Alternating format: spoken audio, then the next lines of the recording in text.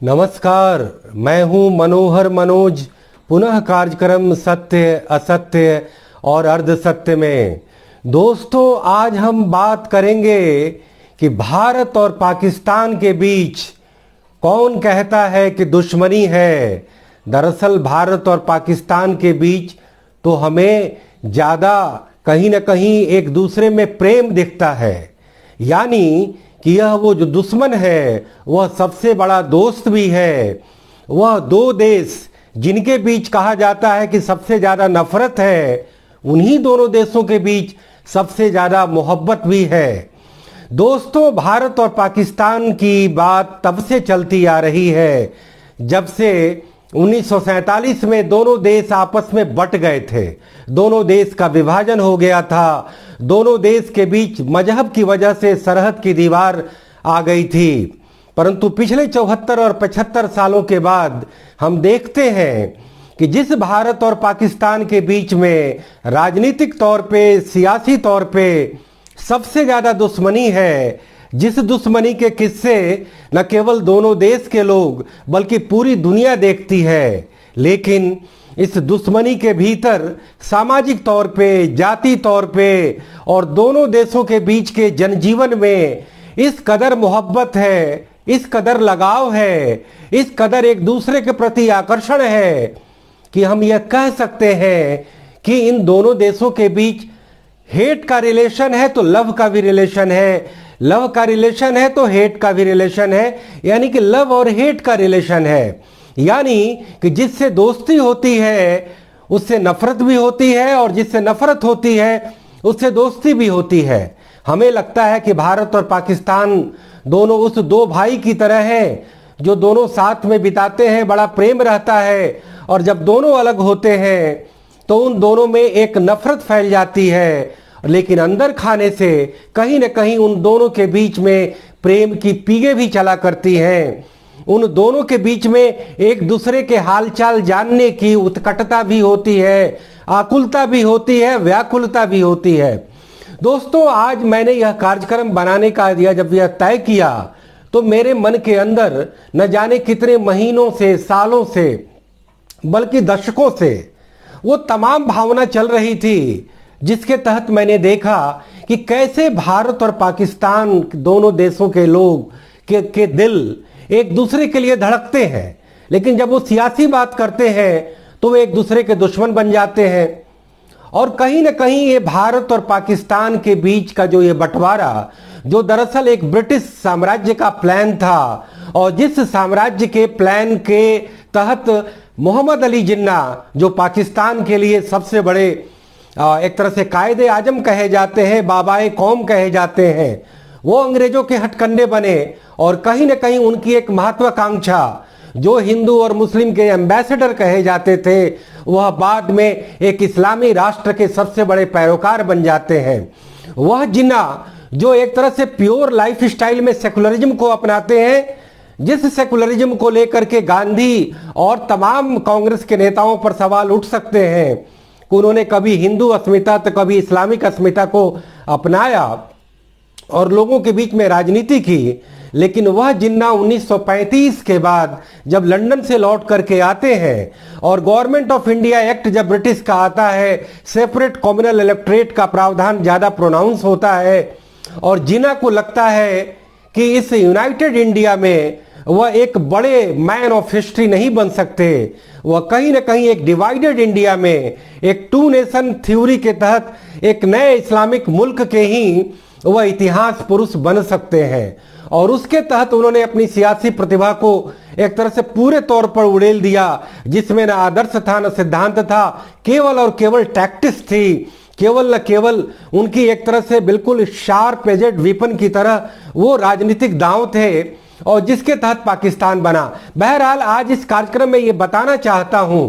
कि 74 और 75 साल की कटुता के बाद और इन दोनों देशों के बीच में जो एक कश्मीर जो एक एजेंडा बना, कि वह कश्मीर जो पाकिस्तान के हुक्मरानों के लिए, पाकिस्तान के मिलिट्री लीडरशिप के लिए अनफिनिश्ड एजेंडा ऑफ पार्टीशन कहा जाता है, वह कश्मीर जो इंसिडेंटली एक रियासत होने के नाते भारत के साथ मिलता है, एक इस्लामिक बहुल क्षेत्र होते हुए भी वह कश्मीर बाद में भारत के लिए, भारत देश के लिए पार्टीशन वॉज ब्लंडर के कॉन्सेप्ट का एक तरह से अंग बनता है। और भारत देश यह तय करता है कि कश्मीर को वो हर हाल में अपना ताज बनाए रखेगी, और वो इस्लामिक बहुल होते हुए भी वह सेकुलर इंडिया और एक हिस्टोरिकल इंडिया, एक तरह से बहुधर्मी इंडिया, प्लुरल इंडिया का कश्मीर भी एक आइडेंटिटी बनकर के रहेगा। दोस्तों, आज इस कार्यक्रम में मैं 4-5 चीजों का हवाला देना चाहता हूं कि इतनी दुश्मनी के बाद भी, इतनी कटुता के बाद भी, और कहीं ना कहीं वो एक इस्लामिक फंडामेंटलिज्म जो एक बरसों से चला आ रहा था, और आज पिछले 1 दशक में जो वो हिंदू फंडामेंटलिज्म है जो उसको काउंटर कर रहा है, यानी कि पेंडुलम कभी एक तरफ झुका हुआ था, आज वह पेंडुलम संतुलित नहीं है बल्कि दूसरी तरफ झुक गया है। और कहीं ना कहीं एक उदारवादी देश जिसकी तामीर जवाहरलाल नेहरू ने रखी, एक सेकुलर देश, एक लिबरल देश, एक संविधानवाद से परिचालित देश, कहीं ना कहीं आज एक अलग तरह की कट्टरता का शिकार हुआ। और यह बताया जाता है कि एक कट्टरता को काउंटर करने के लिए एक दूसरी कट्टरता का आगमन हुआ। बहरहाल हम ये मानते हैं कि भारत और पाकिस्तान के बीच में इस्लाम और हिंदू का फर्क जब तक रहेगा तब तक हम दोनों के बीच में मनमुटाव रहेगा। जब हम भारत और पाकिस्तान को एक कल्चरल यूनिट मानेंगे, एक कल्चरल जोन मानेंगे, एक हिस्टोरिकल कल्चरल पर्सपेक्टिव में देखेंगे, जहां वो इस्लाम की रवायत भी एक हमारे कंपोजिट कल्चर का हिस्सा होगा, जहां हिंदुइज्म की रवायत जो पिछले 5000 सालों से मोहन जोदाड़ो, हड़प्पा और तक्षशिला से वाहक होते हुए गंगा जमुनी सभ्यता तक सफर तय किया है, अगर उसको हम इस मिजाज से देखते रहेंगे तब हिंदुस्तान और पाकिस्तान के बीच में किसी तरीके का दुराव नहीं होगा। क्योंकि मिट्टी एक है, हवा एक है, दोनों देश के लोगों के खान पान एक है, वेशभूषा एक है, बोलचाल एक है, टेम्परामेंट एक है, वही मिट्टी की महक है, वही खुशबू है, वही बोलचाल है। धर्म की पहचान ये तो ऊपरी आवरण है जो हम अलग अलग तरीके से ओढ़ लेते हैं, लेकिन जो भारत और पाकिस्तान के लोगों के बीच में जो वो एक दूसरे के लिए जो दिल धड़कता है, जिसको लेकर के मैंने एक पाकिस्तानी यूट्यूब कार्यक्रम में ही मैंने सुना था, जब एक महिला ने ये प्रतिक्रिया व्यक्त की कि भारत और पाकिस्तान उस दो महबूब की तरह हैं जो एक दूसरे को बहुत ज्यादा प्यार करते हैं लेकिन अपने प्यार का इजहार नहीं कर पाते। लेकिन मुझे लगता है कि सोशल मीडिया के जरिए अब प्यार का भी इजहार हो रहा है, और मैं ये 4-5 हवाले दूंगा जिसके जरिए मैं ये देखता हूं कि सोशल मीडिया पर एक बायलैटरल देशों का इस तरीके से कॉम्बिनेशन, इस तरीके का युग्म, इसकी पूरी दुनिया में मिसाल नहीं मिलेगी। यानी कि पाकिस्तान के कई सोशल मीडिया के यूट्यूबर वो भारत के परिप्रेक्ष्य में अपने कार्यक्रम बनाते हैं और उनके ऑडियंस कहीं ना कहीं भारतीय होते हैं, चाहे वो फिल्मों को लेकर के उनका सोशल मीडिया हो, चाहे उनके सियासत को लेकर के हो, चाहे वो मिलिट्री और स्ट्रेटेजिक मामले को लेकर के हो, चाहे वो क्रिकेट को लेकर के हो, जो इस सब कॉन्टिनेंट में ब्रिटिश लिगेसी से आया यह स्पोर्ट्स इस कदर पॉपुलर है, इस कदर भारत के हीरोज पाकिस्तान में चाहे जाते हैं, और पाकिस्तान के हीरोज का तो चाहने जाने का एक इतिहास रहा है। जब 70s में 78 में जब हमने अपने दौर में भारत और पाकिस्तान के क्रिकेट टीमों के बीच के खेल की शुरुआत देखी तो पाकिस्तान के न जाने कितने हीरोज, इमरान खान, जावेद मियांदाद, जहीर अब्बास, सरफराज नवाज, माजिद खान, और उसके बाद लंबा सिलसिला चला सलीम मलिक का, इंजमामुल हक का, वसीम अकरम का, वकार यूनुस का, शोएब अख्तर का, अब्दुल कादिर का, न जाने कितने ये हीरोज भारत में कितने जबरदस्त चाहे गए। और जब भारत में भी जब क्रिकेट का रिवाइवल हुआ, उस समय तो 2-3 चंद नाम हुआ करते थे, सुनील गावस्कर और कपिल देव, लेकिन उसके बाद जब भारत में जब बैटिंग जीनियस सब आए, सचिन तेंदुलकर, राहुल द्रविड़, सौरव गांगुली, बीबीएस लक्ष्मण, वीरेंद्र सहवाग, युवराज सिंह, मोहम्मद कैफ, और उसके बाद एक ग्रेट प्लेयर महेंद्र सिंह धोनी, तो इनके चाहने वालों की संख्या, जितने भारत में इनके दीवाने थे उससे कहीं बड़े कदर दीवाने पाकिस्तान में पाए गए। भारत का बॉलीवुड कहीं ना कहीं पाकिस्तान के लोगों के दिलों को धड़काता है। भारत के बॉलीवुड को जिस तरीके से, जिस दीवानगी के साथ, जिस शिद्दत के साथ पाकिस्तान के लोग देखते हैं, मैं तो अचंभित हो उठता हूं। और क्यों न देखें, क्योंकि कल्चर एक है, भाषा एक है, बोली एक है, टेम्परामेंट एक है, चाहत एक है। दोनों एक ही मिट्टी के बने हैं, एक ही डीएनए है, एक ही हिस्ट्री है। केवल लोगों ने धर्म और जातियों का आवरण ओढ़ लिया है। और कहीं ना कहीं जो 700-800 सालों में जो वो हिंदुत्व के जातिवाद की वजह से जो देश ये गुलाम हुआ, और फिर उसके बाद जो कन्वर्जन हुआ, और उस धर्मांतरण की वजह से जो राष्ट्रांतरण हुआ, आज सबको अपना देश, अपनी जबान, अपनी मिट्टी, अपना मजहब, अपनी तहजीब प्यारी लगती है। लेकिन भारत और पाकिस्तान के बीच दोस्तों कोई एक अलग फैक्टर है जो एक दूसरे को खींचता है, कहीं ना कहीं एक आकर्षित करता है, एक दूसरे को व्यामोहित करता है। और उसमें वो गाना भी है, खाना भी है, वो धर्म स्थल है, वो तीर्थ स्थल है। अगर हम इस्लाम की भी बात करते हैं तो देश का इस्लामिक डिवीजन भले हुआ हो, ईस्ट पाकिस्तान और वेस्ट पाकिस्तान के जरिए 2/3 मुस्लिम आबादी उन देशों को चली गई थी, केवल 1/3 आबादी भारत के केरल के मालाबार से लेकर के और कश्मीर तक, और भारत के अरुणाचल से लेकर के गुजरात तक वो जगह जगह फैली थी। लेकिन इस्लामिक सभ्यता के सारे वो तमाम अजीम स्थल, चाहे वो कुतुब मीनार हो, चाहे वो ताजमहल हो, चाहे वो चार मीनार हो, चाहे वो लाल किला हो या जामा मस्जिद हो, वो सब भारत में ही है। तो कहीं ना कहीं भारत की वो इस्लामिक सभ्यता डिवीजन के बाद भी आज भी उतनी ही चमक रही है, आज भी उसी तरीके से देदीप्यमान है। और भारत की पहचान पूरी दुनिया में आज कहीं ना कहीं उन 2 चंद 4-5 नामों की वजह से है। तो उसमें सबसे अव्वल नाम उस ताजमहल का आता है जिसके निर्माता वो शाहजहां थे। तो मैं दोस्तों ये कह रहा था कि जब भारत का बॉलीवुड, भारत के गाने, भारत के सिंगर जो पाकिस्तानियों को व्यामोहित करते हैं, सोशल मीडिया पर यूट्यूब के पाकिस्तान में जितने कार्यक्रम बनाए जाते हैं उनके सबसे ज्यादा व्यूअर, चाहे वो क्रिकेट के हो, बॉलीवुड के हो, या जनजीवन के हो, रहन सहन के हो, या उनके आइकन हो, भारत की इकोनॉमी, भारत के अब इधर स्पोर्ट्स में अच्छे किए गए कारनामे, भारत के मिलिट्री पावर, भारत के विदेशों में फैला जो एनआरआई आज पाकिस्तानियों के लिए रोल मॉडल बना है। कहीं ना कहीं पाकिस्तानी जो 1980 के दशक में पर कैपिटा इनकम में भारत से आगे थे, क्योंकि उन्होंने कहीं ना कहीं अपनी इकोनॉमी को एक्सटर्नली एक्सपोज किया था। उनके लोग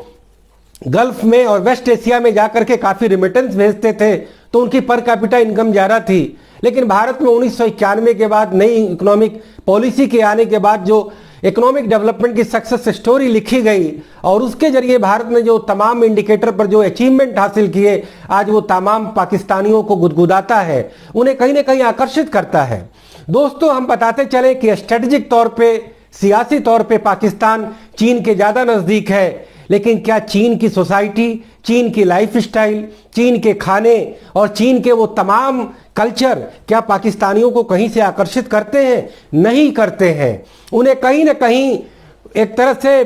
वो भारतीयों के लिए ही उनका दिल धड़कता है, भारतीयों की ही चीजें जो हैं उनको एक तरह से अट्रैक्ट करती हैं। और हम भारत के लोगों को भी कहीं ना कहीं वो पाकिस्तान की तमाम चीजें आकर्षित करती हैं। मैं खुद पाकिस्तानी क्रिकेटरों से इस कदर आकर्षित था, उनके लड़ने का जज्बा, उनके जीतने की चाहत, उनका जो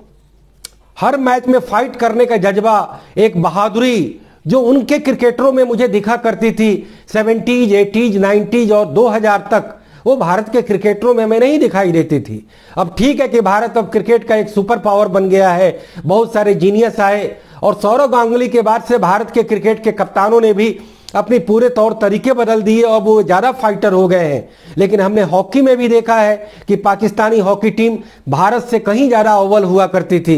तो मुझे वो दोनों जगह के पंजाब, उन दोनों जगह की रवानगी, लाहौर के वो इतिहास,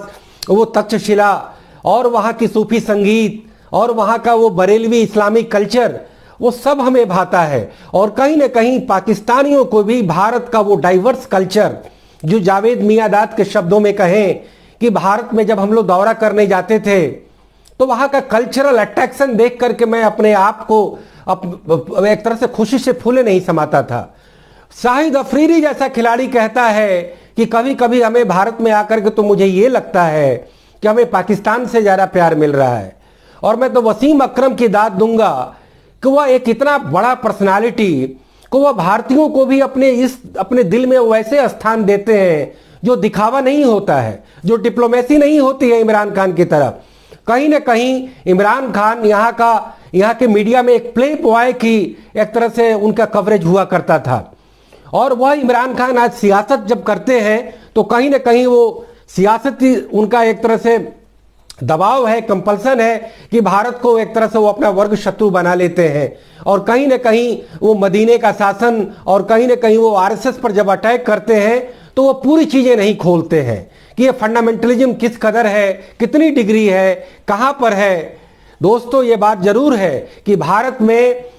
पिछले एक दशक में फंडामेंटलिज्म काफी तेजी से बढ़ा है। भारत पहले सॉफ्ट स्टेट हुआ करता था, लिबरल स्टेट हुआ करता था, सोबर स्टेट हुआ करता था, हर तरह की आजादी थी, हर तरीके की बात कहने की आजादी थी। लेकिन हमें कहीं ना कहीं हम भारत और पाकिस्तान दोनों को सच्चाई की तलाश करनी पड़ेगी।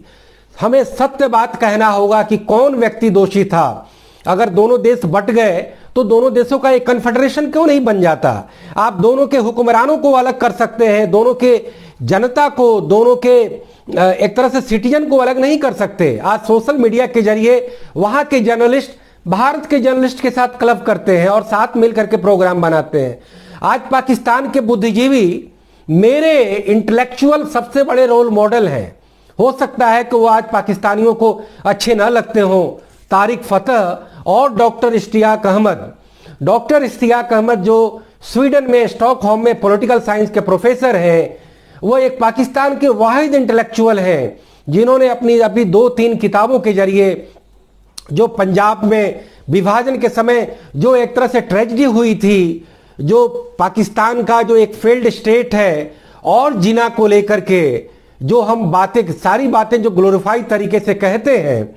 उन्होंने पूरी सच्चाई से, पूरे तथ्य के साथ, पूरे फैक्ट के साथ, बिना किसी सेंसेशनलिज्म के उन्होंने वो बातें कहने की हिमाकत की है। और उन्होंने बताया है कुछ विभाजन के लिए कौन जिम्मेदार था, उस पाकिस्तान के एक मुल्क के रूप में विफल होने के लिए कौन जिम्मेवार था, उस पाकिस्तान के एक फर्दर डिवीजन बंगाली नेशनलिज्म के आधार पर होने के लिए कौन जिम्मेवार था। मुझे इश्तियाक अहमद अच्छे लगे, वो इसलिए कि उन्होंने पाकिस्तान के हुक्मरानों की और कायदे आजम के बारे में सच कहने की हिमाकत दर्शाई, बल्कि इसलिए मुझे अच्छे लगे कि उन्होंने सत्य बात कहा, सच्चाई बात कही। और उन्होंने खुद इस बात को भी स्वीकार किया है कि भारत और पाकिस्तान के डिवीजन के बीच जब दंगे भड़क उठे थे तो एक तरफ रावलपिंडी में एथनिक क्लिंजिंग हुई, सिखों को और हिंदुओं को मारा गया, तो एट द सेम टाइम वह यह भी कहते हैं कि भागलपुर में जब दंगे हुए तो 5000 से ज्यादा मुसलमानों को भी मार दिया गया। दोस्तों, सच कहने की ताकत यह होती है कि हर सही को सही कहा जाए और हर गलत को गलत कहा जाए। दोस्तों, भारत और पाकिस्तान के बीच एक दूसरे के नजदीक आने के एक नहीं अनेक बहाने हैं। न केवल बॉलीवुड है, न केवल क्रिकेट है, न केवल लाइफ स्टाइल है, बल्कि कहीं ना कहीं एक दूसरे के प्रति लोगों का आकर्षण है। राजनीतिक तौर पे हम पाकिस्तान को ज्यादा बड़ा दुश्मन मानते हैं या पाकिस्तान भारत को बड़ा दुश्मन मानता है, लेकिन मैं ये कहना चाहूंगा कि जिस तरीके से पाकिस्तानियों की चीन में ज्यादा दिलचस्पी नहीं है, भारत में दिलचस्पी है, ठीक वैसे ही मैं यह भी कहना चाहूंगा कि बांग्लादेश से हमारे सियासी संबंध बहुत बेहतर है, लेकिन हमारा जनमानस बांग्लादेश के अंदर में क्या हो रहा है, वहां की लाइफ स्टाइल क्या है, वहां के लोगों की पूरी तहजीब और तामीज क्या है, उसमें दिलचस्पी नहीं होती। पाकिस्तान में ही ज्यादा दिलचस्पी होती है। आप सोशल मीडिया के जरिए देखिए कैसे कनेक्शन हो रहा है, कैसे भारत के जर्नलिस्ट कैसे पाकिस्तान को ध्यान में रख करके प्रोग्राम बनाते हैं। वो ठीक है कि पॉलिटिकली उन पर हमला करते हैं, लेकिन कहीं ना कहीं उनका दिल धड़कता है तभी तो उनके बारे में चर्चा करते हैं, नहीं तो चर्चा करने की जरूरत नहीं थी। पाकिस्तान के मीडिया में आप देखें, जो भारत के बारे में वो तथ्य वो उनके चैनलों के जरिए हमें पता चलता है। भारत की सेना की जो ताकत का अंदाजा जितना उनके जरिए ऑब्जेक्टिव तरीके से हमें पता चलता है, हमें अपने जर्नल और अपने न्यूज़पेपर के जरिए नहीं पता चल पाता। तो कहीं ना कहीं भारत और पाकिस्तान के बीच में एक मोहब्बत के एक तरह से कहीं ना कहीं अंडर करंट हमेशा चलते रहते हैं। दोस्तों कहीं ना कहीं उस अंडर करंट को हमें ओवर करंट में लाना है, उसे टाइट का रूप देना है, और पीपुल टू पीपुल जब कांटेक्ट होगा तो मुझे लगता है वो सियासी दीवार, वो सरहद की दीवार और सबसे बड़ी वो मजहब की दीवार टूट जाएगी। एक हिंदू होने के नाते इस्लाम की तमाम रवायत को मैं अडॉप्ट करता हूं,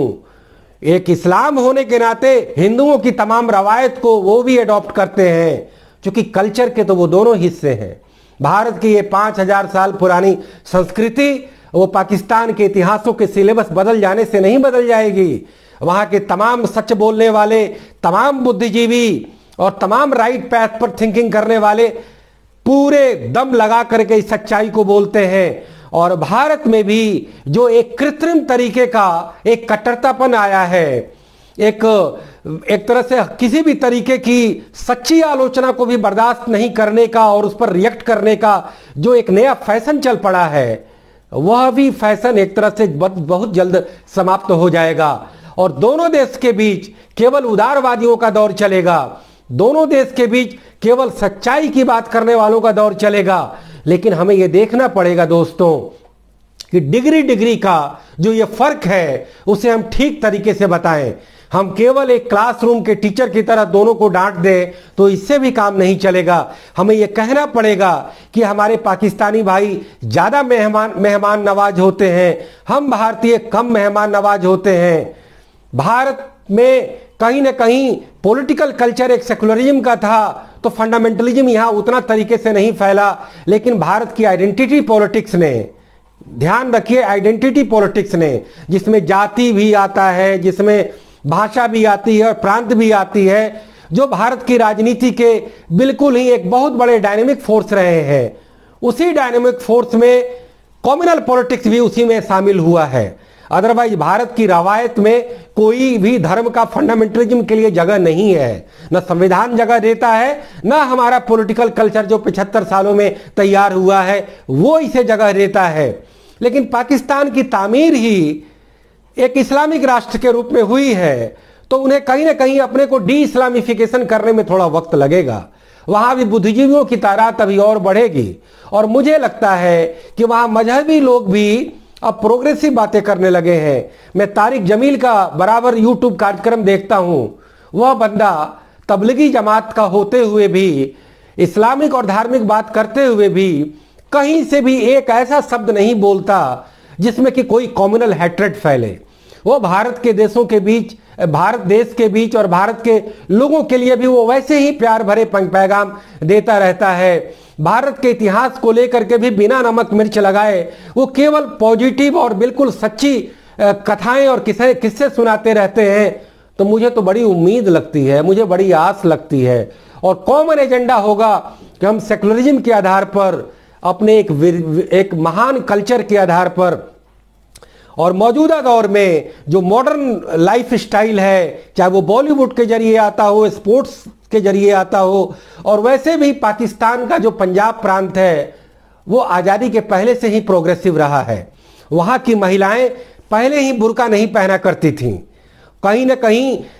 इस्लाम भी जो है वो अलग अलग रीजन, अलग अलग क्षेत्र और अलग अलग सेक्ट के जरिए उनके भी डायनेमिक्स प्रभावित होते रहे हैं। मैं पाकिस्तान के इस्लाम के लाइफ स्टाइल को मैं उतना दकियानुसी नहीं मानता, उनमें कहीं ना कहीं प्रोग्रेसिव तौर तरीका है, तभी तो वो बॉलीवुड, क्रिकेट और वेस्टर्न लाइफ स्टाइल सबको एंजॉय करते हैं। हर जगह हर तरीके के लोग होते हैं, भारत में भी पुरातन पंथी और मजहबी लोग हैं, हर धर्मों में लोग हैं, और सियासत के कोई एक स्ट्रॉन्ग यार्डस्टिक नहीं है। इंडियन कॉन्स्टिट्यूशन सबसे बड़ा होते हुए भी आइडेंटिटी पॉलिटिक्स को रोकने के लिए कोई इंस्ट्रूमेंट नहीं ला पाया है। हम इस बात के लिए गर्व नहीं कर सकते कि भारतीय संविधान हर तरीके से हमारे लिए मुफीद साबित हुआ है। तो कहीं ना कहीं पाकिस्तान और हिंदुस्तान को एक दूसरे के करीब आने के लिए काफी सारी गुंजाइश बची है, और उन गुंजाइशों को हमें तलाशने की जरूरत है। और मैं ये इस बात को अब खुले तौर पर स्वीकार करूंगा कि पाकिस्तान के गुलाम अली, पाकिस्तान के इश्तियाक अहमद, पाकिस्तान के मंटो, ठीक उसी तरीके से भारत के विराट कोहली, महेंद्र